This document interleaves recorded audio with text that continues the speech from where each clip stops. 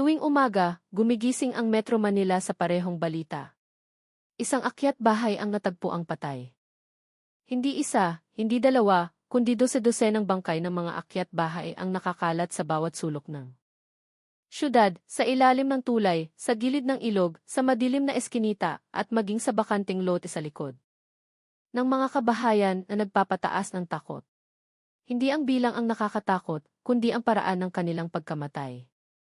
Ang kanilang mga katawan ay natagpo ang durog, basag ang buto sa dibdib, bali ang liig ng walang bakas ng armas, at wasak ang mukha na para bang sinuntok ng napakalaking puwersa. Ngunit walang ebidensya ng laban, walang bakas, walang saksi, walang sigaw, at walang nakakita sa pumatay. Paano namatay ang dose-dosenang armadong kalalakihan sa isang gabi ng walang laban? Sino ang may kakayahang pumatay ng mga akyat bahay ng ganoon kabilis ng walang iniiwang fingerprints, walang tunog, walang anino? Ito ba ay digmaan sa pagitan ng mga gang o may isang nilalang na gumagala sa gabi? Nangangaso sa kanila isa-isa. Ang mga pulis ay litong-lito at ang mga residente ay takot na takot. Bago tayo magsimula, huwag kalimutan na pindutin ang like at subscribe button at panoorin ang video hanggang dulo. Dahil sa bawat segundo ng palabas na ito, may napakaraming aral at mahahalagang leksyon na sama-sama nating mapupulot. Huwag mag-atubiling magsulat ng salawat sa seksyon ng komento. Laging may madilim na kwento ang Metro Manila tuwing gabi. Ngunit sa buwang iyon, ang megacity na ito ay nagising na may di pangkaraniwang takot. Tuwing umaga, ang mga pahayagan ay naglalathala ng parehong balita, bangkay ng akyat bahay na tagpuan. Muli, isang paulit-ulit na pamagat araw-araw na para bang may isang taong naglilinis ng mga kalye sa pinakamabrutal na paraan na naitala. Ang unang bangkay ay natagpuan sa ilalim ng tulay ng Manggaray, bali ang buto-buto, durog ang mukha, at parang napilipit ang mga kamay ng di-tao na lakas. Nagbigay ng babala ang mga pulis, ngunit ang publiko ay inakala lamang na ang mga kapwa akyat bahay ay nagpatayan. Ngunit nang ang ikalawa, ikatlo, ikaapat, hanggang ika-12 na bangkay ay natagpuan na may halos magkakaparehong kondisyon. Doon lamang nagsimulang magulat ang Metro Manila. Ano ang pumatay sa mga akyat bahay na ito? Sino? Ang sapat na lakas loob na labanan ang mga kriminal sa ganoong paraan. Ito ba ay digmaan sa pagitan ng mga gang o may mas malaki pang nangyayari? Sa ika-20 kaso, napansin ng mga pulis na ang pattern ng kanilang pagkamatay ay masyadong malinis para tawaging sagupaan ng mga gang. Lahat ng biktima ay natagpuang may durog na tadyang, bali ang liig, at may butas ang dibdib na para bang sinuntok ng napakalaking puwersa. Walang TV's camera na nakakuha ng larawan ng salarin. Walang saksi na nakakita ng anuman. Walang tunog ng gulo. Walang bakas na para bang ang pumatay ay gumagalaw. Na parang anino, na para bang siya ay dumating at umalis sa loob lamang ng ilang segundo. Tuwing umaga, natagpuan ng mga residente ang mga bangkay ng akyat bahay na nakahandu sa isa kanal. Sa gilid ng riles, sa tahimik na bangketa, at maging sa bakanting lote sa likod ng mga kabahayan. Ang kanilang mga katawan ay para bang pinaslang ng di makatuwirang lakas. Lalong umalingaw-ngaw ang tanong sa buong lungsod, may bago bang serial killer? Bakit tanging mga akyat bahay lang ang nagiging biktima? Ito ba ay isang vigilante o isang nilalang na hindi nakikita? Sumabog ang social media. May nagsasabing ang salarin ay dating sundalo. May nagsasabing ang salarin ay veteranong preman. Mayroon ding naniniwala na ang salarin ay isang espiritu na nagbabantay sa Metro Manila. Ngunit ang tunay na katotohanan ay mas madilim, mas personal, mas nakakasakit. Dahil sa likod ng lahat ng ito, mayroong isang binata, isang anak ng biyuda na nawala ng lahat. At bago malaman ng mundo kung sino siya, nagtataka pa rin ang Metro Manila. Kung ito ay isang gawa ng paghihiganti, sino ang tunay na naghihiganti? Kinaumagahan, ang kapaligiran sa gilid ng riles ng tren sa Libis ay lubhang nakakakilabot. Naglagay ang Mga pulis ng dilaw na tape habang tinatakpan ang ika-34 na bangkay. Nang gabing iyon, ang katawan ng lalaki ay hindi lamang may ordinaryong sugat, may butas ang kaliwang bahagi ng dibdib. Basag ang kanyang tadyang na parabang tinusok ng bakal na suntok. Nakabukas pa rin ang kanyang mga mata na parabang nakakita siya ng isang bagay na gusto niyang sigawan, ngunit hindi na niya nagawa. Pinunasan ng hepe ng pulis ang kanyang mukha habang mahinang sinabi, hindi ito gawa ng ordinaryong tao. Ngunit ang mga salitang iyon ay hindi sumagot sa anuman dahil walang nakitang bakas ng paa, fingerprints, bakas ng armas, o tanda ng paglaban ang mga investigador sa paligid ng pinangyarihan ng krimen. Kahit ang damo ay hindi nayapakan. Ano ang ibig sabihin nito? Namatay ba ang biktima ng hindi na nakalaban o sobrang bilis ng salarin para makita? O ang salarin ay hindi nag-iiwan ng bakas tulad ng normal na tao? Nagsimulang maghinala ang mga investigador ng isang bagay na hindi nila kailanman naisip. Ang salarin ay maaaring isang taong may kakayahang maging hindi tinatabla ng bala o may kakayahang magbigay ng nakamamatay na suntok o isang ultimate skill na minana mula sa sinaunang Bicol. Ngunit ang pinakamalaking tanong ay lumitaw nang matagpuan ng forensic team ang isang di pangkaraniwang bakas ng daliri sa dibdib ng biktima. Bakas ng presyon ng daliri ng walang pattern ng fingerprint. Tanging bakas lamang ng matinding presyon. Na para bang may isang taong nagdiin sa dibdib ng biktima. Gamit ang napakalaki o napakalakas na palad. Paano makakatagos ang isang tao sa tadyang gamit lamang? Ang walang kamay. Ang pinakamatandang investigador ay bumulong, hindi ito ordinaryong paghihiganti. Ito ay isang kasanayan. At totoo nga, ang pagkamatay ng 34 na akyat bahay na ito ay hindi aksidente. Nagsimula ang lahat ng ito sa isang insidente ng hating gabi nang ang isang biyudang tindera ng gulay na nagngangalang Aling Nena ay brutal na pinatay ng mga akyat bahay sa tahimik na kalye ng Metro Manila.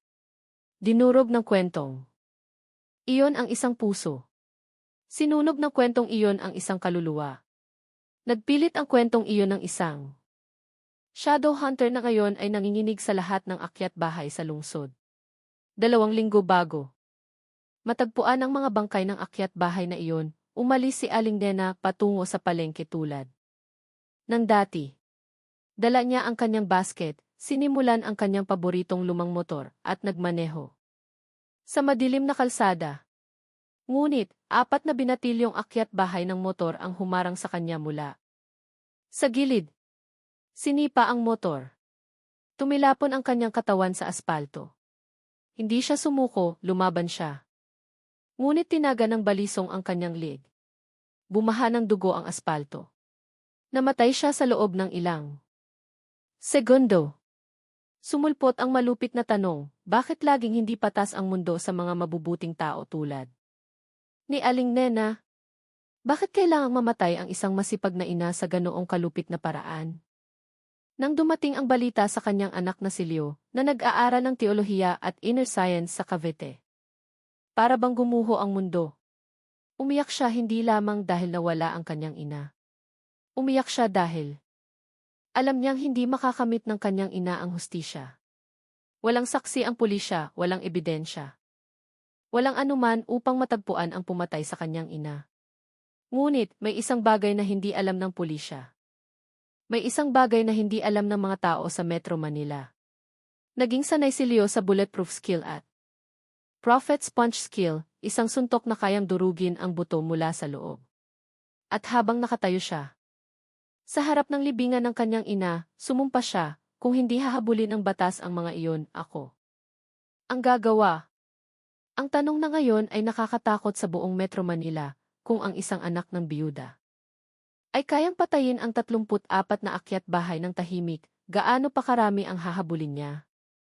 At kung mawawala na ang kanyang limitasyon sa pagiging tao, titigil ba siya kapag wala na ang lahat ng akyat bahay? Sa palengke ng Libis, kilala ang pangalan ni Aling Nena ng lahat. Ang 56 taong gulang na babae ay laging nakangiti, hindi kailanman tumanggi na tumulong sa ibang mga tindera, at laging nagbibigay ng kawanggawa. Kapag nabenta ng husto ang kanyang mga gulay, tuwing araw ay umaalis siya ng 2:00 ng madaling araw. Gamit ang kanyang lumang motor, isang sirang motor na naging saksi sa 12-12 taon ng kanyang pakikipaglaban sa buhay. Mayroon lamang siyang isang anak na lalaki, si Leo, 23 taong gulang, na inialay niya sa isang Salaf boarding school sa Cavite na may malaking pag-asa, anak, maging isang ulama, maging isang mabuting tao, maging isang tagapagtanggol. Iyon ang huling mga salita na narinig ni Leo mula sa kanyang ina bago siya bumalik sa pondok. Ngunit, ang kapalaran ay hindi laging pumapabor sa mga mabubuting tao. Nang gabing iyon, naghanda si Aling Nena ng mga gulay sa kanyang maliit na kusina. Mahina ang ilaw. Malayo pa ang tunog ng azan ng subo. Nilok niya ang pinto, sinimulan ang motor at umalis. Ang kalsada ng Metro Manila ay parang patay na lungsod sa oras na iyon, tahimik, malamig at puno ng anino. Sa kurbada malapit sa Commonwealth Avenue, 4 na binatilyo na nakasuot ng itim na jacket ang sumunod mula sa likuran. Hindi lamang sila mga akyat bahay, sila ay mga mandaragit na matagal. Nang gumagala, naghahanap ng pinakamahina na biktima. Nagsimulang maghinala si Aling Nena nang masyadong mabilis lumapit ang ilaw ng motor sa likod. Anak, huwag kang gagawa ng masama, bulong niya sa sarili.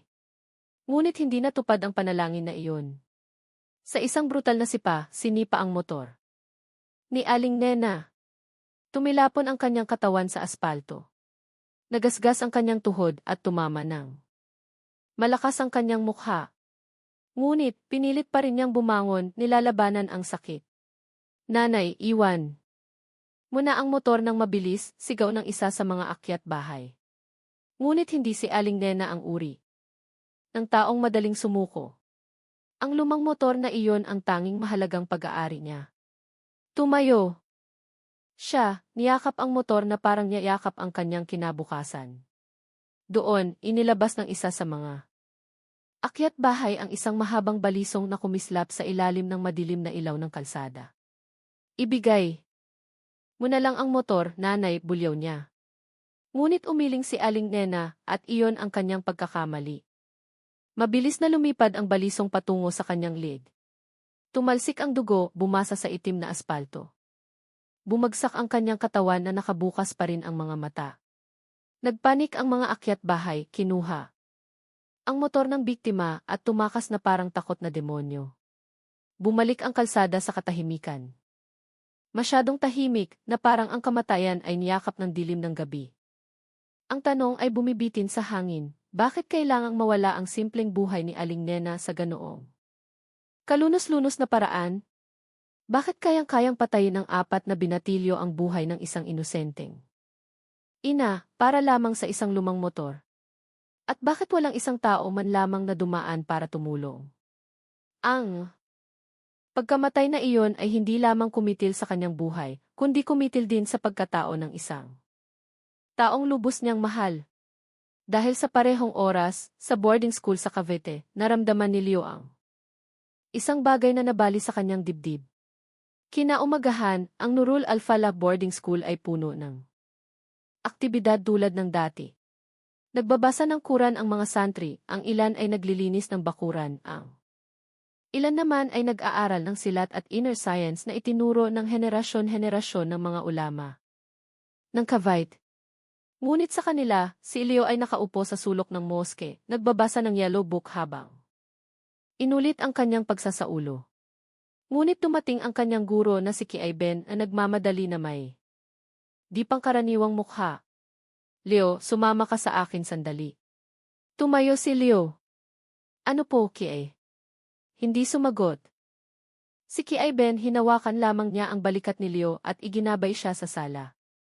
Sa silid na iyon, may nakaupo ng 3 lalaki, mga kapitbahay ni Leo. Nang makita niya ang kanilang mga mukha, agad na sumikip ang dibdib ni Leo. Ano po ang nangyari sa aking ina? Nanginginig ang kanyang boses. Nagtinginan sila. Hinawakan ng isa ang kanyang tuhod at mahinang sinabi, Leo, ang iyong ina Pumanaw na po. Siya. Agad na lumuhod si Leo. Ngunit hindi pa iyon kalahati ng kwento. Ang paraan ng kanilang pagpapaliwanag sa pagkamatay ni Aling Nena ang nagpalambot sa tuhod ni Leo at ang kanyang puso ay durog-durog. Ang iyong ina ay pinatay ng akyat bahay, binugbog, tinaga, at iniwan upang mamatay. Umiyak ng malakas si Leo, mas malakas kaysa kaninuman na umiyak sa boarding school na iyon. Ang kanyang boses ay umalingaw-ngaw, nagpira-piraso sa katahimikan ng lugar na iyon. Ang ilan pang santri ay umiyak din nang makita siya. Niyakap siya ng mahigpit ni Kiaiben at sinabi, "Magtiis ka, anak. Ito ay pagsubok ng Diyos para sa mga matiisin." Ngunit sa loob ng dibdib ni Leo, mayroong nagliliyab, isang bagay na hindi pasensya, isang bagay na matagal nang iniiwasan ni Kiaiben na itanim ng malalim, galit. Paghihiganti, apoy na handang sunugin ang madilim na Metro Manila. Ang libing ni Aling Nena ay mabilis na natapos.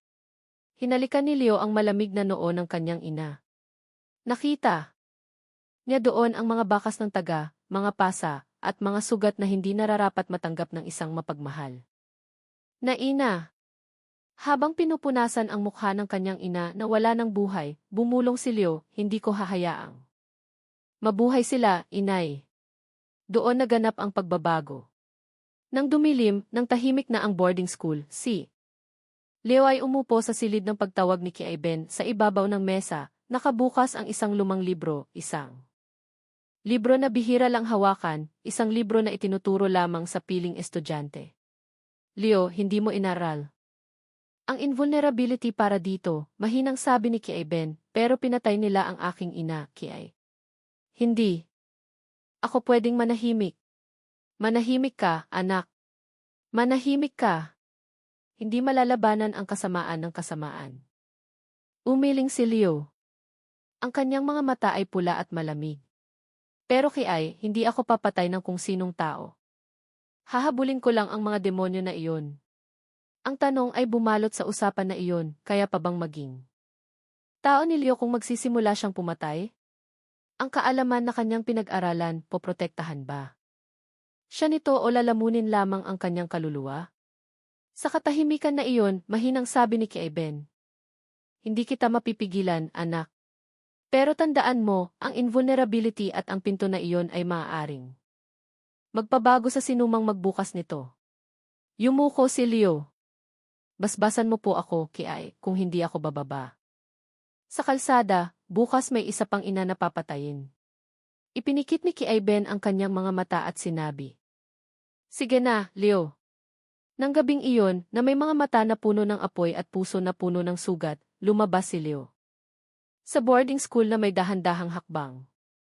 At mula ng gabing iyon, bawat akyat bahay na lumabas upang manghuli ay hindi na umuwi ng buhay dahil isang bagong anino ang isinilang, isang anino na hindi masasaktan, isang anino na hindi natatakot mamatay.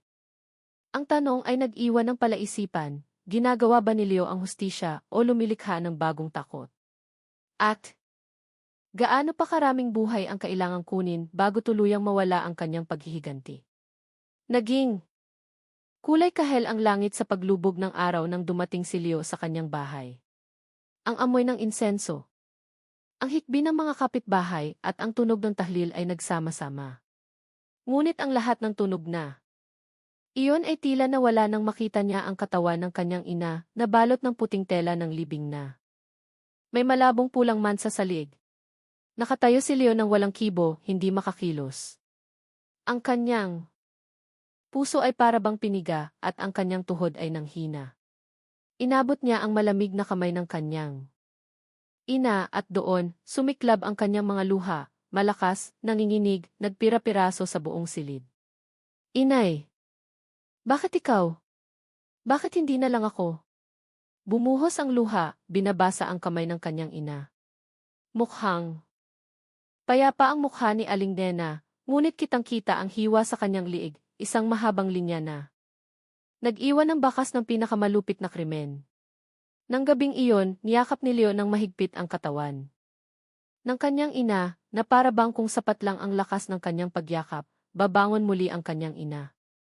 Ngunit ang naroon lamang ay katahimikan, isang katahimikan na mas masakit kaysa anuman. Sinubukan ng mga kapitbahay na patahimikin siya, ngunit walang isang salita na nakapagpapayapa sa bagyo sa dibdib ni Leo.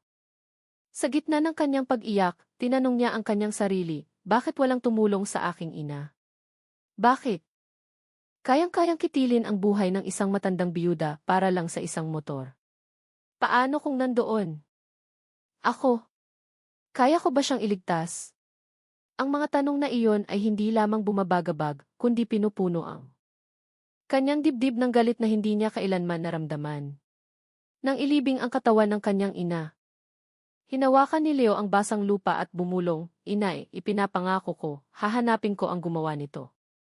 Kukunin ko ang kanilang buhay."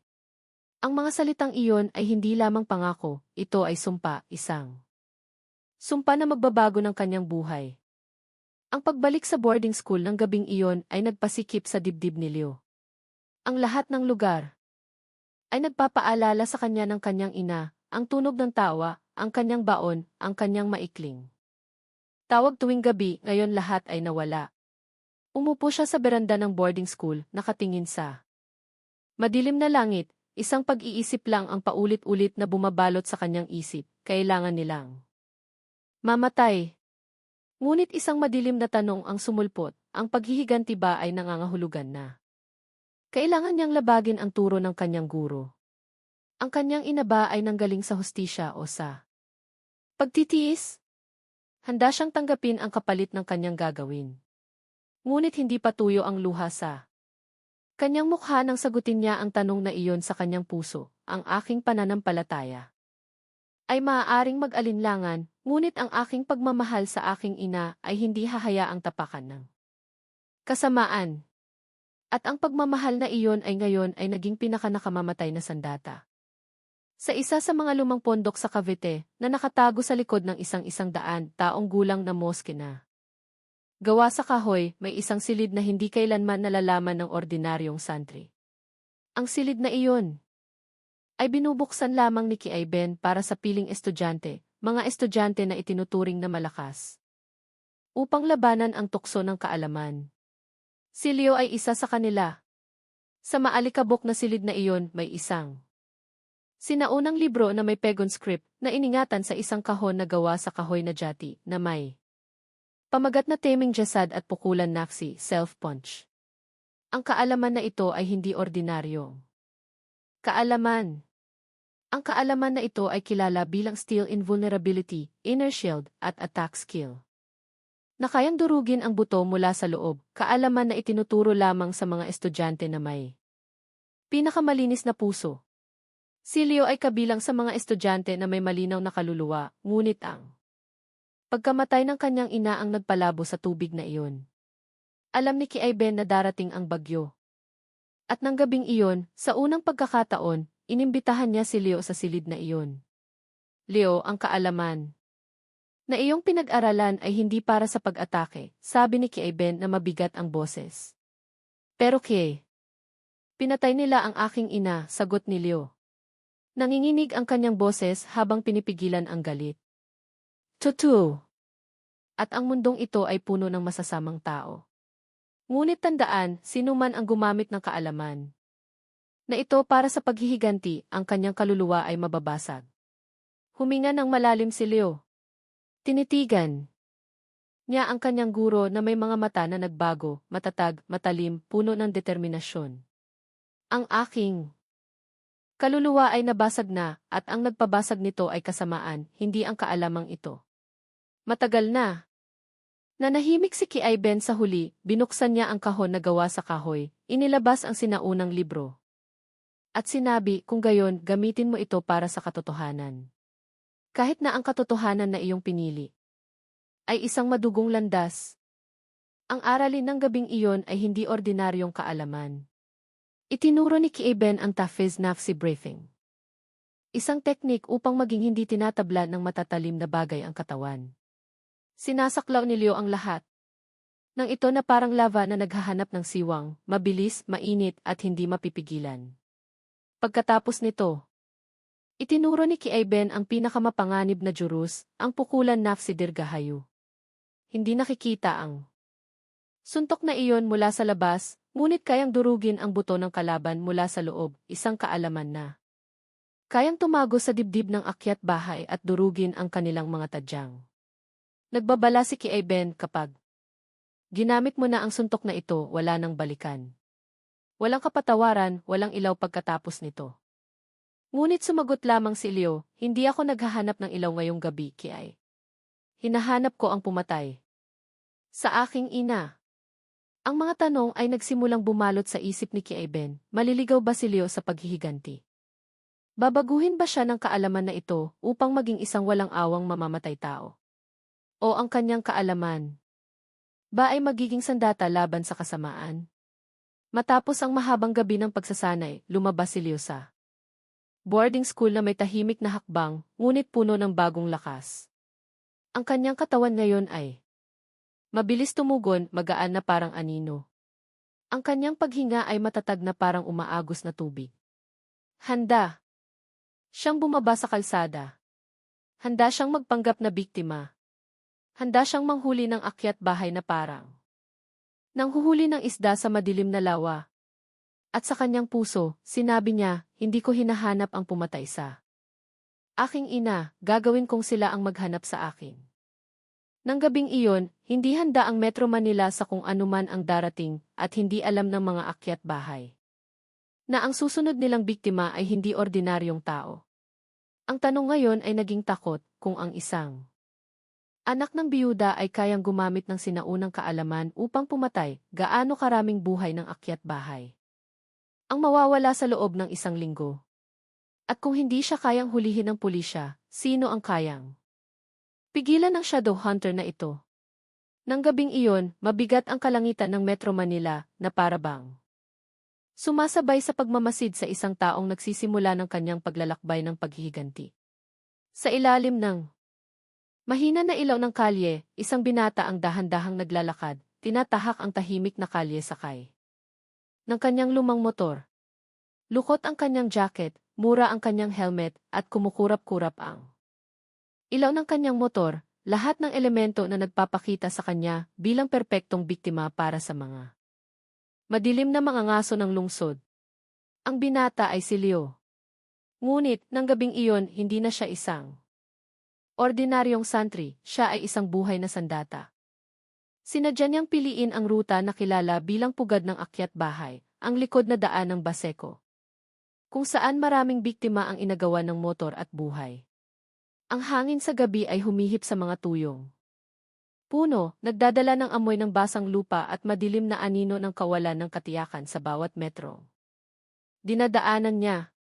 Naramdaman ni Leo ang kanyang tibok ng puso na lumalalim, hindi dahil sa takot, kundi dahil hinihintay ang mga pumatay sa kanyang ina, hinihintay ang mga mandaragit na lumapit upang maging mas nakamamatay na mandaragit. At totoo nga, mula sa malayo, lumitaw ang apat na silhawete. Ang tunog ng maingay na tambutso ang sumira sa katahimikan. 2 motor, 4 na tao ang nakasakay. Lumapit sila ng mabagal, ngunit puno ng banta.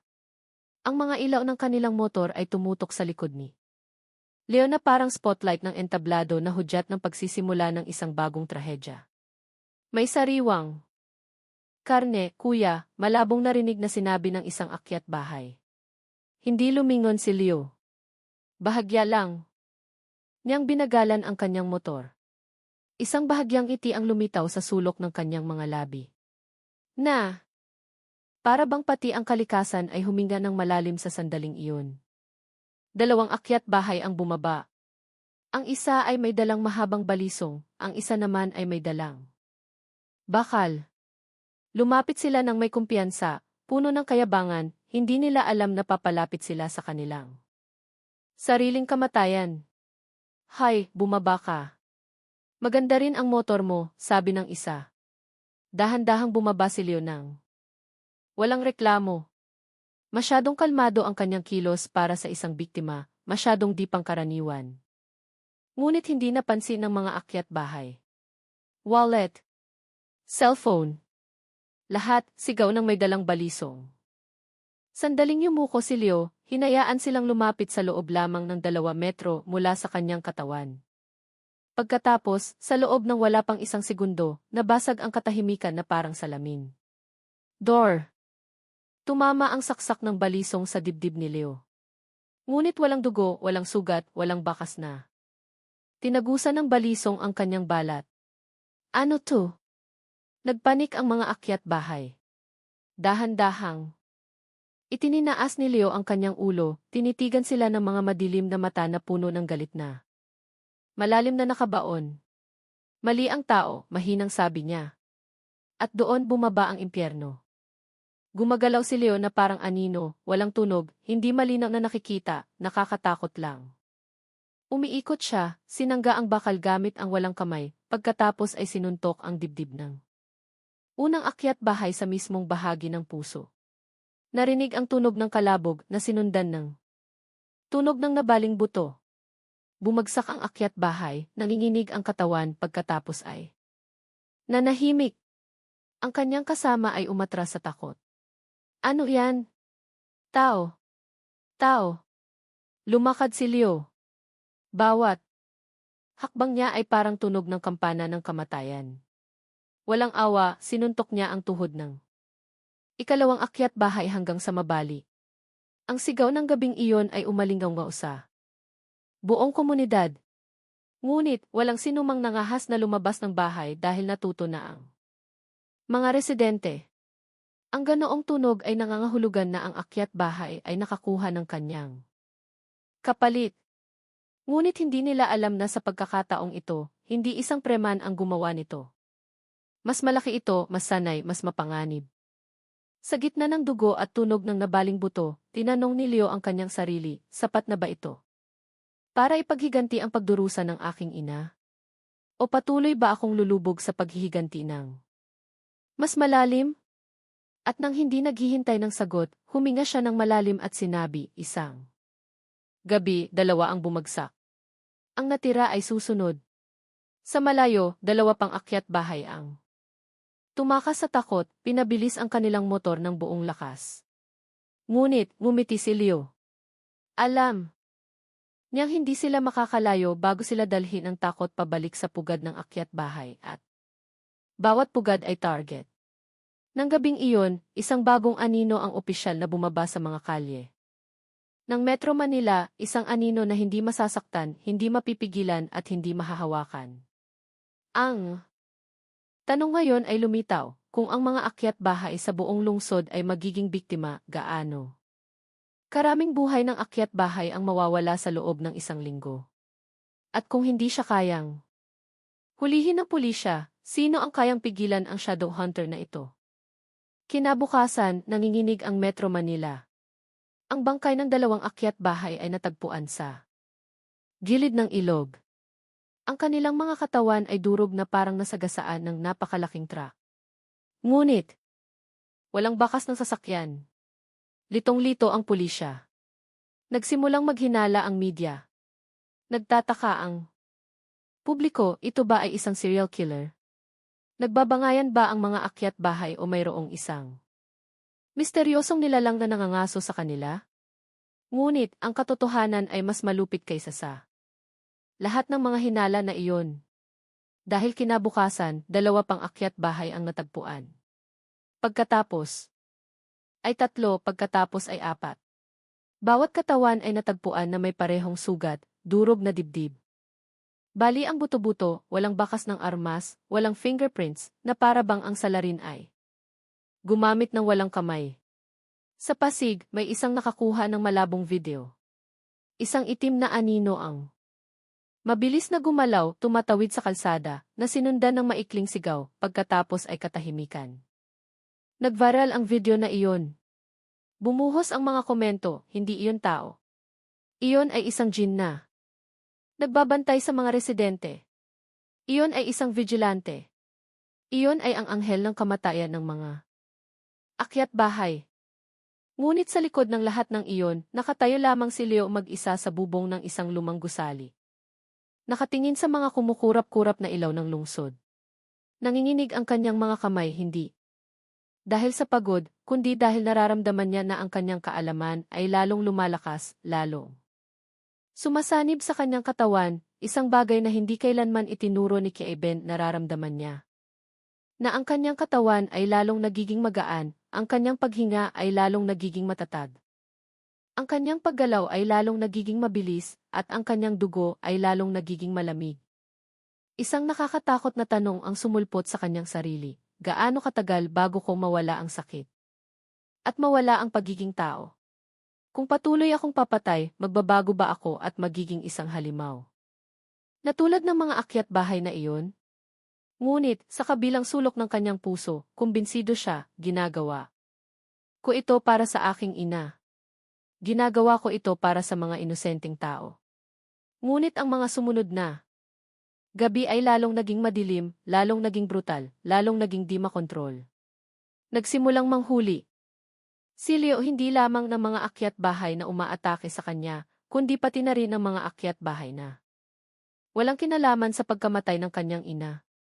Umaatake siya ng walang babala, walang awa, at walang iniiwang biktima na makakatakas. Nagsimulang magbulungan ang mga tao sa kalye, patay na naman. Ang akyat bahay. Saan natagpuan? Mukhang may isang madilim na anghel ang nagbabantay sa atin.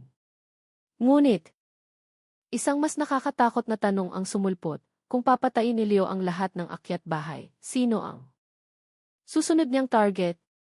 Kaya pa ba niyang huminto o ang kaalaman na iyon ay sumasakop na sa kanya? Dahil sa ika-4 na gabi, nang sabay-sabay na binugbog ni Leo ang 5 akyat bahay, nakaramdam siya ng isang bagay na nakakatakot. Hindi siya nakaramdam ng pagod kahit kaunti. At hindi iyon normal. Hindi makatao, hindi dapat. Nakatayo siya sa pagitan ng mga nahimatay at patay na katawan, tinitingnan ang kanyang mga kamay. Nanginginig ang kanyang mga kamay, hindi dahil sa takot, kundi dahil sa lakas. Bumulong siya, ano ang nangyayari sa akin? Nang gabing iyon, nagtipon ang mga pulis sa istasyon ng Pulisiya ng Pasig, nakatingin sa board na puno ng larawan ng 34 na akyat bahay na namatay sa loob ng 14 na araw. Sinabi ng hepe ng pulis sa nanginginig na boses, isang salarin o supernatural force. Walang sumagot. Dahil ngayon, isang malaking tanong ang nakabitin, puno ng banta, kung ang mamamatay tao ng akyat bahay na ito ay hindi na tao, ano ang talagang gumagala sa madilim na Metro Manila? 40 araw mula nang mamatay si Aling Nena, at 14 na araw mula nang lumitaw ang shadow Hunter. Mas lalong nahihirapan ang pulisya. Halos gabi-gabi ay may nakikita ang bangkay ng akyat bahay. Sa iba't ibang lokasyon na may magkakaparehong pattern ng pagkamatay, na para bang ang salarin ay hindi tao kundi isang bagay na mas malakas. Kinaumagahan, ang bangkay ng 2 akyat bahay ay natagpuan sa gilid ng ilog ng Pasig. Pareho silang nakahandusay na durog ang dibdib, bali ang clavicle. At wasak ang mukha na parang ibinato sa pader ng di makatwirang bilis. Ngunit ang pinangyarihan ng krimen ay halos malinis. Walang bakas ng paa, walang bakas ng gulong, walang fingerprints, tanging bakas lamang ng palad sa dibdib ng biktima na para bang may isang taong nagdiin sa kanilang ribcage. Hanggang sa madurog.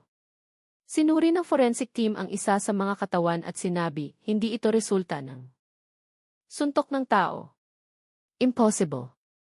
Hindi makapaniwala ang hepe ng pulis. Ngunit ang sugat na ito ay nangyari sa tunay na mundo, hindi sa pelikula. Idinagdag ng forensic team, kung ito ay kamay ng tao, kung gayon. Ang kamay na iyon ay mailakas na parang sledgehammer. Nagulat ang buong silid sa pahayag na iyon. Paano kayang sumuntok ang isang tao hanggang sa madurog ang buto sa dibdib ng biktima? Paano kayang umatak ang isang tao nang walang iniiwang bakas? Paano kayang manghuli ang isang tao ng 12-dosenang akyat bahay nang walang isang saksi? Ang mga tanong na iyon ay bumalot sa isip ng pulisya ng walang awa. Ang salarin ba ay tao na may invulnerability o may isang bagay na hindi maipaliwanag ng lohika? Ngunit hindi doon natapos ang misteryo. Natuklasan ng investigative team ang isang kakaibang pattern. 33 sa 34 na bangkay ng akyat bahay ay natagpuan sa loob ng 7 kilometro radius mula sa lugar ng pagkamatay ng ina ni Leo. Na para bang ang salarin ay laging umiikot sa lugar kung saan pinatay si Aling Nena. Ito ay paghihiganti, sabi ng senior investigador. Nanginginig ang kanyang boses. Ito ay isang tao na nawalan ng isang napakahalagang bagay. Ngunit isang madilim na tanong ang sumulpot kung ito nga ay paghihiganti. Gaano katagal bago matagpuan ng salarin ang apat na akyat bahay na pumatay sa kanyang ina? At ano ang gagawin niya kapag nakita niya sila? Samantala, habang sinisiyasat ng pulisya ang mga bakas, si Leo ay malayo sa kaguluhan, nakatayo sa bubong ng isang lumang gusali, nakatingin sa malawak na Metro Manila. Napuno ng maliliit na ilaw. Nararamdaman niya na ang kanyang kaalaman ay lalong lumalakas, masyado. Nang malakas, nang ipikit niya ang kanyang mga mata, naririnig niya ang tunog ng motor 2 kilometro ang layo. Nararamdaman niya ang masamang intensyon. Ang kaalaman na itinuro sa boarding school, ngunit ngayon ay nagdevelop ng lampas sa kontrol. Ang kanyang katawan ay parang hindi sa kanya. Ang pukulan nafsi.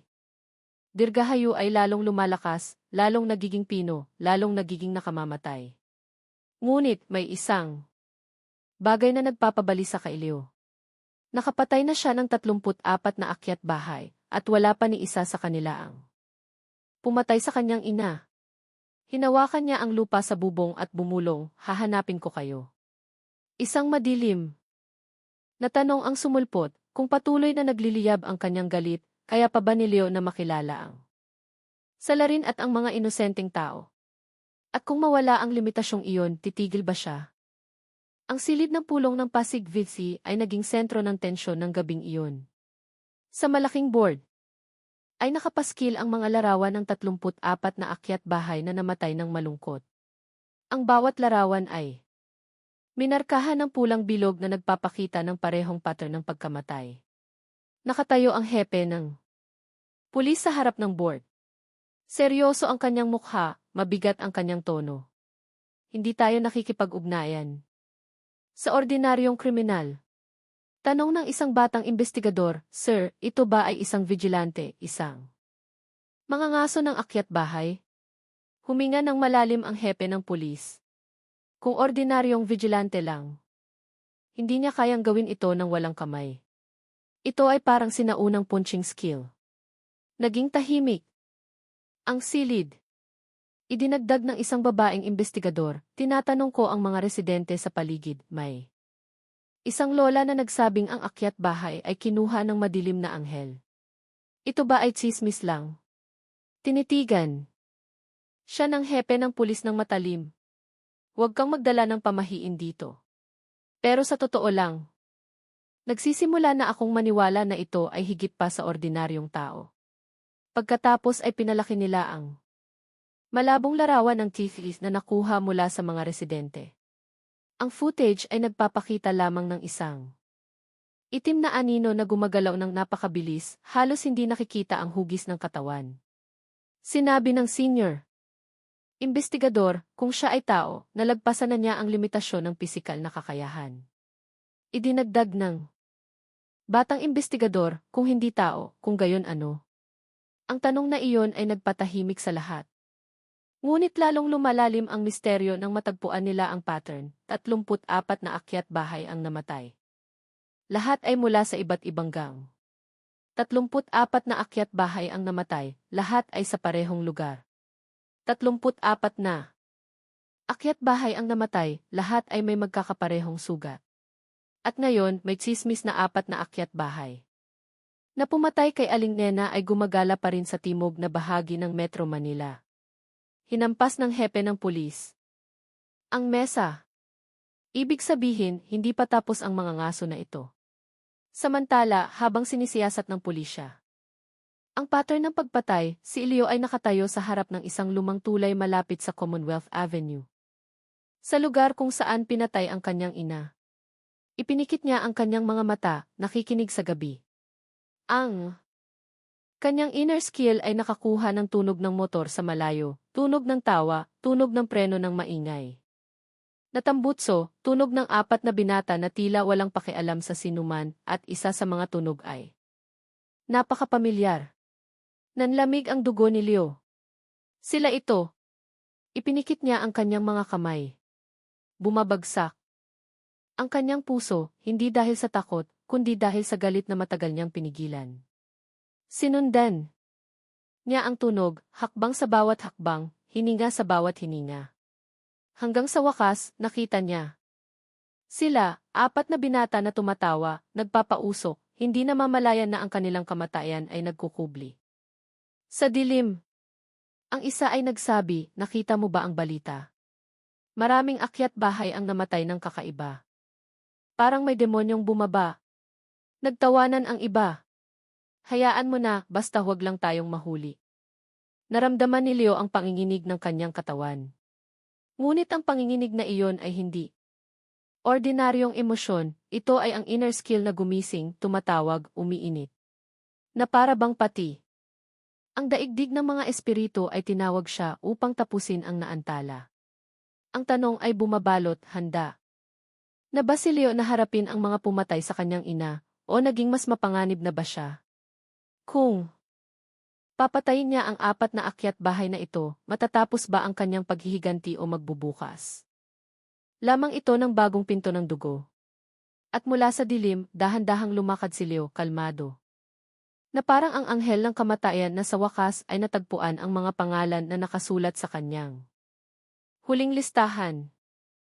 Ang apat na binata ay nakatayo sa ilalim ng lumang tulay, tumatawa ng walang pasanin, hindi. Namamalayan na sila ay pinagmamasdan ng kamatayan na balot ng katawan ng isang tao. Sinundan ni Leo sila na parang anino. Tahimik ang kanyang paggalaw. Hindi naririnig ang kanyang mga hakbang. Ang paghihiganti na pinigilan niya sa loob ng ilang linggo ay ngayon ay kumukulo sa kanyang dibdib. Nakatayo siya sa madilim na gilid ng tulay at pinanood silang magbiro. Sigurado ka ba na ito? Ang dating lugar na iyon, tanong ng isa sa kanila. Dito natin binugbog ang matandang babae. Na iyon. Pangit ang motor pero sapat na para ibenta. Sumabog ang tawa. At sa puntong iyon, gumuho muli ang mundo ni Leo. Ang mga salitang lumabas sa kanilang bibig ay hindi lamang kayabangan, iyon ay pag-amin, ang pag-amin na matagal na niyang hinahanap. Lumabas si Leo mula sa dilim. Natahimik ang apat na binata nang makita ang matangkad na silhouette ng isang lalaki. Sa harap nila. Hay, kuya. Bakit ka ganyan lumabas? Tumawa sila, iniisip na si Leo ay isa lamang. Pang-aakit. Ngunit sinabi ni Leo sa malamig na boses na parang huminto ang hangin, naaalala niyo ba ang babae na pinatay ninyo dito? Nagtinginan ang apat na binata. Dahan-dahang nawala ang kanilang mga ngiti. Ano ka, pamilya ka ba niya? Gusto mo bang mamatay?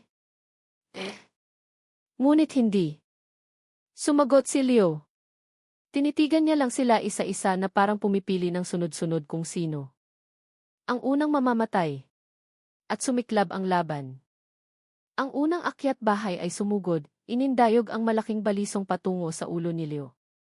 Sa isang mabilis na paggalaw, sinangga ni Leo ang saksak gamit ang kanyang palad, walang sugat, walang gasgas.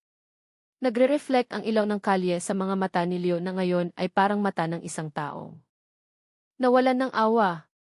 Ang balisong na ito, hinawakan niya, ay ang balisong na pumatay sa aking ina. Umatras ang akyat bahay sa takot. Hindi ito tao, kuya. Ngunit huli na. Sinuntok ni Leo ang dibdib ng akyat bahay gamit ang pukulan na si Dirgahayo. Narinig ng malinaw ang tunog ng nabaling buto. Tumilapon ang akyat bahay at bumagsak ng walang galaw. Sinubukan ng pangalawa na tumakas, ngunit nasa likod na niya si Leo nang walang tunog. Isang sipa sa likod ang nagpatama sa kanya sa matigas na lupa. Hinawakan ni Leo ang kanyang ulo at bumulong, gaano karaming ina ang pinatay ninyo? Hindi na. Nakasagot ang pangalawang akyat bahay. Hinampas ni Leo ang likod ng kanyang leg. Agad na namatay. Dalawa na lang ang natitira, dalawa na pinakaduwag. Ngayon ay nakayuko sa takot. Kuya, patawarin mo po kami, kuya. Naghahanap lang po kami ng pera. Naghahanap lang po kami ng... Lumapit si Leo. Ng pagpatay sa aking ina. Lumuhod sila umiiyak nanginginig. Ngunit hindi kayang hugasan ng kanilang luha ang dugo ng ina ni Leo. Walang panalangin na kayang magligtas sa kanila ngayon. Nang hawakan ni Leo ang kanilang mga kwelyo, nagsimulang manginig ang kanyang katawan. Ngunit, ang panginginig na iyon ay hindi ordinaryong emosyon ng tao. Iyon ay ang kaalaman na gumising. Umaagos na parang madilim na kuryente. Isang nakakapanindig balahibong tanong ang sumulpot, tao. Pa ba si Leo o naging mas masahol pa siya? Ang kaalaman na ito ba ay isang kasangkapan lamang? O sinasakop na ang kanyang sarili? Dahil sa gitna ng matinding galit na iyon, bahagyang umiti. Si Leo, isang ngiti na hindi niya kailanman ipinakita noon. At nang gabing iyon ang lumang tulay ay naging tahimik na saksi kung paano nawala ang 4 na akyat bahay sa mundo ng walang tunog. Walang saksi at walang awa. Matapos mamatay ang 4 na akyat bahay na pumatay sa kanyang ina. Nakatayo si Leo sa gitna ng tulay. Humihip ang hangin sa gabi sa kanyang buhok. Ngunit hindi. Gumagalaw ang kanyang katawan. Tinitigan niya ang kanyang 2 kamay, mga kamay na puno ng lakas, mga kamay na ngayon ay kumuha ng 38 buhay. Dapat ay nasiyahan siya. Dapat ay tapos na ang kanyang paghihiganti. Ngunit walang pakiramdam ng kaginhawaan. Walang pakiramdam ng kapayapaan. Ang naroon lamang ay kawalan at isang lalong lumalakas na kapangyarihan sa loob niya. Isang tanong ang sumiklab sa kanyang isip, kung nabawi na ang paghihiganti, bakit hindi ako? Nakaramdam ng pagtatapos. Gusto ba ng katawan na ito ng mas maraming dugo? Nabago ba ako ng invulnerability at self-punch upang maging isang kasangkapan sa pagpatay? Sa malayo, umalinggaw ang sirena ng pulis. Ngunit nakatayo lamang si Leo ng kalmado na parabang. Ang sirena na iyon ay hindi para sa kanya. Tumalon siya sa ilog, sumisid sa dilim na wala mula sa pinangyarihan ng krimen bago dumating ang pulisya. Kinaumagahan, nagulantang ang Pasig-V. 4 na bagong bangkay ang natagpuan. Ang kanilang mga sugat ay magkakapareho sa lahat ng mga naunang biktima. Tinitigan ng hepe ng pulis ang investigation board at sinabi, hindi na ito mga ngaso, ito ay isang killing machine. Nanginginig ang babaeng investigador.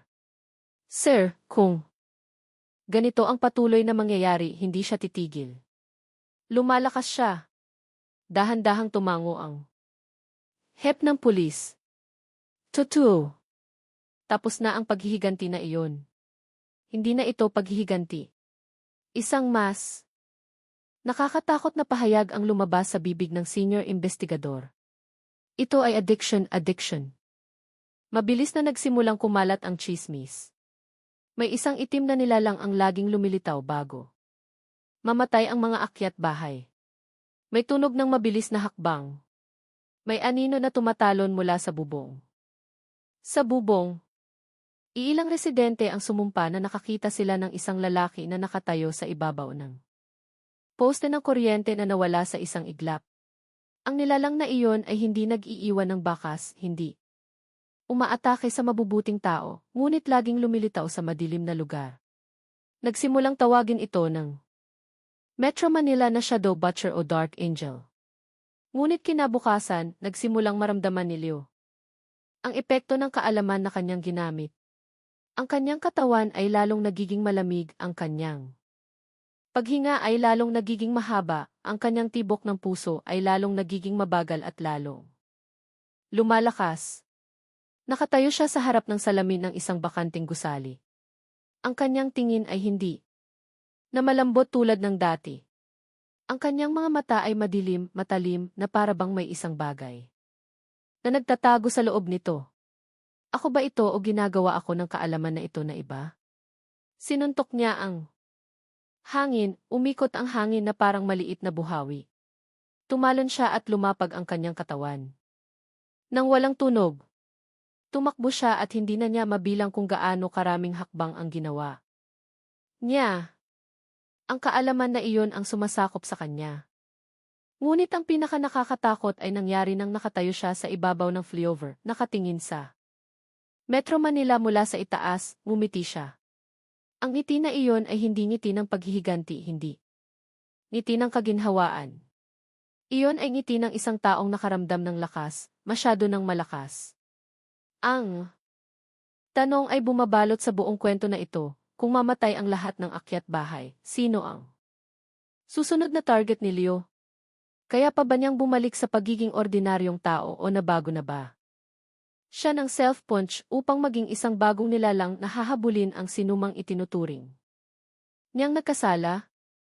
Samantala, habang papalapit ang pulisya sa pagtukoy sa kanyang pagkakakilanlan, nakatayo si Leo sa anino, nagmamasid, at ng gabing iyon, isang pangungusap ang lumabas sa kanyang mga labi. Hindi pa ligtas ang Metro Manila. Ngunit ang tanong ay, ligtas ba mula sa mga akyat bahay? O ligtas mula sa kanyang sarili? Hindi kailanman natutulog ang Metro Manila. Ngunit sa nakaraang ilang linggo, tila nabubuhay ang lungsod sa ilalim ng anino ng isang nilalang na hindi nakikita. Hindi ang mga akyat bahay ang kinatatakutan ng mga residente, kundi ang isang taong nangangaso sa mga akyat bahay. Nagpulong. Nang malawakan ang hepe ng pulisya, ang mga pulis mula sa iba't ibang sektor ay tinipon. Ang mga larawan ng 38 na bangkay ng akyat bahay ay ipinapakita sa malaking screen. Hindi na ito paghihiganti, hindi na ito kabayanihan, ito ay isang bagong banta. Ang pahayag na iyon ay umalinggaw sa silid. Sinabi ng batang investigador, "Sir, kung ang salarin na ito ay kayang pumatay ng 38 katao nang walang isang saksi, nag-iisa ba siya?" Dahan-dahang lumingon ang hepe ng pulis. Kung nagtatrabaho siya kasama ang iba, sigurado akong nakahanap na tayo ng kahit isang bakas. Pero wala. Ibig sabihin, isang tao lang ito, dugtong ng senior investigador. Isang nakakatakot na tanong ang sumulpot, paano kayang manghuli ang isang tao ng 12-12 ng kriminal nang hindi kailanman nahuhuli? Siya ba talaga ay tao? Itinaas ng babaeng investigador ang isang viral video na nakakuha lamang ng isang itim na anino na tumatalon mula sa isang bubong sa ibang bubong. Kung ito ay tunay na footage, kung gayon nakaharap tayo sa isang taong may kakayahan na lampas sa normal na limitasyon. Samantala, habang abala ang pulisya sa pagbuo ng estratehiya, nakatayo si Leo sa ibabaw ng isa sa matataas na gusali sa pasig. Humahampas ang hangin sa kanyang mukha, ngunit malamig pa rin ang kanyang katawan. Tinitigan niya ang lungsod na puno ng ilaw, ngunit lalong dumidilim ang kanyang puso. 38 tao at walang nakakaalam kung sino ako. Ngunit ngayon ay lumitaw ang problema. Tuwing ipipikit niya ang kanyang mga mata, nakakaramdam siya ng isang kakaibang bagay. Ang kanyang katawan ay hindi lamang malakas, kundi tila sumailalim sa transformation. Ang kanyang paghinga ay lalong humahaba, ang kanyang paningin ay lalong tumatalim. Naririnig ng kanyang mga tenga ang mga hakbang mula sa daan-daang metro. Ang kanyang katawan ay kayang tumalon mula sa bubong na may taas na 6 metro nang walang pinsala. Ngunit, ang lakas na iyon ay may kapalit. Nagsimulang mawala ang kanyang takot. Nagsimulang mawala ang kanyang pagkakasala. Nagsimulang mawala ang hangganan sa pagitan ng tama at mali. At sa isang gabi, nang muli siyang manghuli ng akyat bahay, nakarinig si Leo ng isang bagay na hindi pa niya kailanman narinig, ang tibok ng puso ng tao mula sa 200 metro ang layo. Pinikit niya ang kanyang mga mata. Hindi iyon akyat bahay. Mahina niyang sabi. Ang tibok na iyon ay mabagal, mabigat, puno ng presyon na parang tibok ng puso ng isang taong nanghuli ng isang bagay. Pinagmasdan ni Leo mula sa malayo. Nakita niya ang 2 taong nakasuot ng itim na may hawak na radyo ng police intel.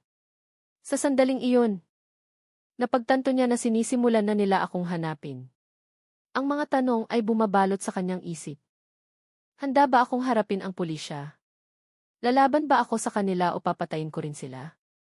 Nanginginig ang kanyang katawan. Ngunit ang panginginig na iyon ay hindi takot. Iyon ay pampasigla, isang pagtulak mula sa madilim na kaalaman na ginagamit niya tuwing gabi. Isang bagay na unti-unting kumakain sa kanyang katinuan. At nang gabing iyon, bumulong si Leo, kung hahabulin nila ako, magiging mas mabilis ako. Kung kalabanin nila ako, magiging mas malakas ako. At doon sumulpot. Ang pinaka nakakatakot na kamalayan, hindi na ako mangangaso ng akyat bahay, ako ay isang bagay na mas mapanganib. Nang gabing iyon, binaha ng malakas na ulan ang Metro Manila. Kumikislap ang kidlat sa matataas na gusali, lumilikha ng mahabang anino sa bawat sulok ng lungsod. Sa gitna ng nakakapanindig balahibong gabi na iyon, nakatayo si Leo sa harap ng isang lumang bodega na dating sentro ng pinakamalaking grupo ng akyat bahay sa Pasig. Ang grupo na iyon ay binubuo ng 6 na tao, isa sa malalaking target na matagal na niyang hinahabol. Sa loob ng bodega, tumatawa ang mga akyat bahay habang umiinom. Hindi nila alam na ang kanilang mga katawan ay naghihintay na lamang ng oras upang maging susunod na bangkay. Tinitigan ni Leo sila mula sa basag na bintana.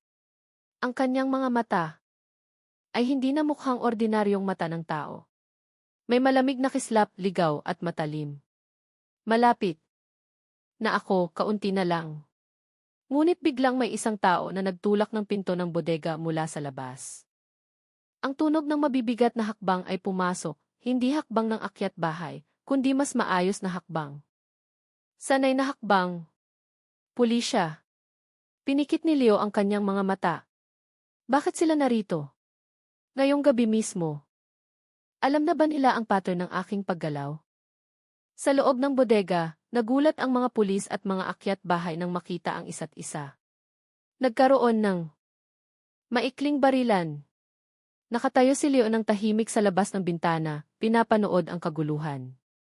Ngunit, biglang may isang akyat bahay na tumakbo sa likod ng bodega, patungo kay Leo. Nang lumabas ang lalaki, sa likod na pinto, nanlamig siya. Sa harap niya ay nakatayo ang isang matangkad, madilim na nilalang. Basa ang katawan sa ulan, nagniningas ang mga mata na parang pulang baga. Sino ka? Nanginginig ang akyat bahay. Mahinang sumagot si Leo, kamatayan. Sa isang iglap, hinawakan ni Leo ang ulo ng akyat bahay. At ibinalibag sa dingding. Nabali, patay. Ngunit ang malakas na tunog na iyon ay nagpatahimik sa mga pulis sa loob ng bodega. Shoot! May iba pang tao. Narinig ang tunog ng putok. Ang mga bala ay ibinuga patungo sa likod ng bodega. At ito ang sandali na nagpabago sa lahat. Tinamaan ng bala ang katawan ni Leo.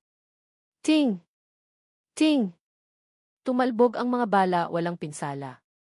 Tinitigan ng mga pulis na maputla ang kanilang mga mukha. Ano iyon? Hindi siya tinatablan. Nakatayo si Leo ng tahimik, tinitigan ang takot na pulis.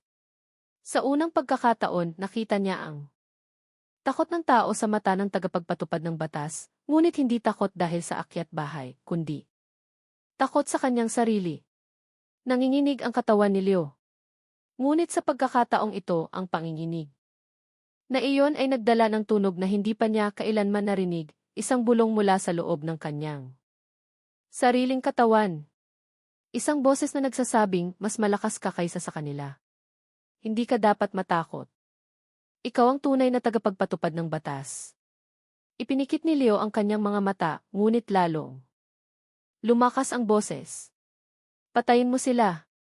Lahat ng tao ay nagkasala. Lahat ay karapat-dapat linisin. Sumigaw si Leo sa kanyang puso. Hindi. Tumakbo siya sa kabilang direksyon, iniwan ang mga pulis. At akyat bahay sa bodega. Tumalon siya muli sa bubong, nagtago, humihinga ng mabigat. Doon, nakita niya ang kanyang sariling anino sa baha. Ang kanyang katawan ay naging mas malaki, mas malakas. Mas ligaw. Lumuhod siya at sinabi, ano ang nangyayari sa aking katawan? Tao ba ako o halimaw? Isang nakakapanindig balahibong tanong ang sumulpot, kung lalong sinasakop ng kaalaman na ginagamit niya ang kanyang katawan, hahabulin pa rin ba ni Leo ang mga masasamang tao, o balang araw, hahabulin niya ang sinumang lumaban sa kanya? Nang gabing iyon, sa unang pagkakataon, hindi naramdaman ni Leo na siya ay isang tagapagligtas o tagapaghihiganti, kundi isang mandaragit na hindi na alam ang tama at mali. At habang patuloy na umuulan, nagsimulang magsalita ang pulisya ng isang pangungusap na magbabago sa direksyon ng kwentong ito, kailangan nating hulihin siya, buhay o patay. Bumuhos ang ulan sa Metro Manila nang walang tigil ng gabing iyon na para bang nagluluksaang kalangitan sa isang bagay na malapit nang mawala mula sa mundo ng mga tao. Ang mga basang kalsada ay nagre-reflect ng kumukurap-kurap na ilaw ng kalye na tinamaan ng hangin. At sa ibabaw ng isang lumang gusali na may mga basag, isang binata ang nakatayo ng tahimik, nakatingin sa lungsod na may walang laman na tingin. Ayon si Leo. Ang kanyang katawan ay matikas ngunit maputla. Basa ang kanyang buhok at kalahati ng kanyang mukha ay natatakpan ng anino. Sa kanyang mga mata, wala nang malambot na ilaw ng isang anak na dating laging tumutulong sa kanyang ina sa pag-aayos ng mga gulay. Ang naroon lamang ay katahimikan, kawalan, at isang bagay na mas madilim kaysa simpleng paghihiganti. Mula sa malayo, narinig ang tunog ng sirena ng pulis. Tingnan mo iyon, Leo. Isang boses ang umalinggaw sa kanyang isip, isang boses na hindi niya kailanman inanyayahan. Ngunit ngayon ay naninirahan sa kanya. Hindi na sila humahabol ng akyat bahay. Hinahabol ka nila. Ipinikit ni Leo ang kanyang mga mata. Sinubukan niyang ayusin ang kanyang paghinga, sinubukan niyang paghiwalayin kung alin ang tinig ng kanyang puso at alin ang madilim na tinig mula sa loob ng kanyang katawan. Ngunit habang lalong humihinga siya, lalong pumapasok ang tinig na iyon. Hindi mo kasalanan, Leo. Ginagawa mo lang ang hindi kayang gawin ng mahinang tao. Ikaw ang lumikha ng kapayapaan sa Metro Manila. Kung wala ka, gaano pa karaming ina ang kailangang mamatay? Nasikipan ang lalamunan ni Leo. Gusto niyang tumanggi, gustong sumigaw, at pilit na palayasin ang tinig na iyon. Ngunit sa loob niya, ang pinakamahina na bahagi ang naniwala sa tinig na iyon. Dahil sa katotohanan, mula nang bumaba si Leo sa kalye, wala nang kaso ng pambibiktima sa loob ng 7 kilometro radius mula sa lugar ng pagkamatay ng kanyang ina, naging mas tahimik, mas ligtas, mas payapa ang Pasig. Ngunit kapayapaan sa anong halaga, Leo? Huminga ng malalim si Leo. Tinitigan niya ang kanyang dalawang kamay, mga kamay na dating ginagamit upang tulungan ang kanyang ina sa paghihiwa ng gulay. Ngayon ay naging mga kamay na nagdudurog ng buto, nagpipira-piraso ng laman at pumapatay ng dose-dosenang buhay. Ano ang ginawa ko, bulong niya. Isang maliit na boses na halos mawala sa ulan. Ngunit ang tinig na iyon ay sumagot, pinili mo lang ang landas na hindi pinili ng ibang tao. Pinoprotektahan mo ang lungsod na ito. Higit pa sa sinumang pulis. Ikaw lang ang nangahas na kunin ang karma mula sa mundong ito. Ikinuyom ni Leo ang kanyang mga kamay. Ang ulan ay nahalo sa malamig na pawis sa kanyang mga palad. Kung gayon, bakit hindi ako nakaramdam ng kasiyahan? Bakit hindi ako nakaramdam ng kapayapaan matapos patayin ang pumatay sa aking ina? Bakit lalong nagugutom ang katawan na ito? Dahan-dahang tumawa ang madilim na tinig. Dahil ang iyong paghihiganti ay hindi pagkain. Ang takot ng mga tao ang iyong pagkain. Habang mas maraming natatakot, mas lalong lumalakas ka. Nagulat si Leo. Hindi, impossible iyon. Hindi siya maaaring maging ganoong nilalang. Hindi siya demonyo. Hindi siya dyablo. Siya ay tao. Lamang na nawalan ng kanyang ina. Ngunit, ang katotohanan na kanyang tinanggihan ang siyang pinakamasakit. Ang kaalaman na kanyang ginamit ay hindi lamang nagpapalakas ng kanyang katawan, kundi umiinom din ng enerhiya mula sa takot ng kanyang mga biktima. Bawat self-punch, bawat buto na kanyang dinudurog, bawat huling hininga ng isang akyat bahay, lahat ng iyon ay nagpapalakas Sa kanya, lahat ng iyon ay nagpapabago sa kanya. Sa ilalim ng gusali na iyon, nagsimulang pumaligid ang pulisya sa lugar. Isang helikopter ang lumilipad sa itaas, nagbibigay ilaw sa mga bubong ng mga gusali. Gumagalaw ang target sa sektor. 17, 200 metro radius mula sa lumang bodega. Lahat ng unit ay standby. Delikado siya. Malinaw. Na narinig ang tinig na iyon mula sa radyo ng pulisya na narinig ni Leo 1 linggo na ang nakalipas. Alam niyang malapit nang maubos ang kanyang oras. Kung mahuhuli siya ng pulisya, hindi niya alam. Kung kaya pa niyang pigilan ang kanyang sarili na huwag silang patayin. Kung lalaban siya, magiging patayan ang Metro Manila. Sa kanyang dibdib, 2 tinig ang naglalaban, kailangan mong huminto. Leo, kailangan mong magtiis. Kailangan mong mabuhay. Hindi ka pwedeng mamatay ngayon. Kung patuloy kang papatay, mawawala ang lahat. Nawala na ang iyong ina. Wala ka ng ibang kasama. Lalong lumakas ang ulan. Hinawakan ni Leo ang kanyang ulo. Nanginginig ng malakas ang kanyang katawan. Nararamdaman niya na parabang 2 mundo ang humihila sa kanya sa magkabilang direksyon, isa upang bumalik sa pagiging tao at isa upang maging isang madilim na nilalang na hindi mapipigilan. Tumingin siya sa langit. Inay, ano ang dapat kong gawin ngayon? Hindi ko na nakikilala ang sarili ko. Ngunit, hindi kailanman dumating ang sagot ng kanyang ina. Dahil ang tinig ng kanyang ina ay natalo na ng madilim na bulong sa loob ng kanyang katawan, biglang tumutok ang spotlight ng helikopter sa katawan ni Leo. Kamay sa itaas, huwag gumalaw. 12 pulis ang nag-armas. Ngunit hindi takot ang lumitaw sa mukha ni Leo, kundi kapaitan. Dumating sila. Talagang itinuturing nila akong halimaw. Ngunit sa sandaling iyon, muling bumulong ang tinig, hindi sila ang kalaban mo, kundi ang mundong ito. Hindi ka ipinanganak upang sumunod sa kanila. Ipinanganak ka upang sakupin ang takot. Ikaw ang anino. Bawat titik ay umalinggaw-ngaw. Sa kanyang isip, anino, isang bagay na hindi kayang barilin, hindi kayang hulihin, hindi kayang mamatay. Dahan-dahang itinaas ni Leo ang kanyang ulo. Tinitigan niya ang helikopter sa itaas niya. Tinitigan ang mga pulis na pumapaligid sa gusali. Sa gitna ng malakas na ulan, nagsimulang mag-relax ang kanyang katawan. Bumalik ang kanyang paghinga sa normal, lumabo ang kanyang mga mata na parang baga na malapit ng umapoy. At sa unang pagkakataon, wala siyang kinatakutan. Isang pulis ang may hawak ng megaphone. Huwag kang gumalaw. Kami ay magpapaputok ng babala. Ngunit bago pa niya matapos ang kanyang pangungusap, ngumiti si Leo, isang maliit na ngiti na walang galit, kundi isang kapayapaan na mas nakakatakot. Tinitigan niya ang lungsod ng Metro Manila.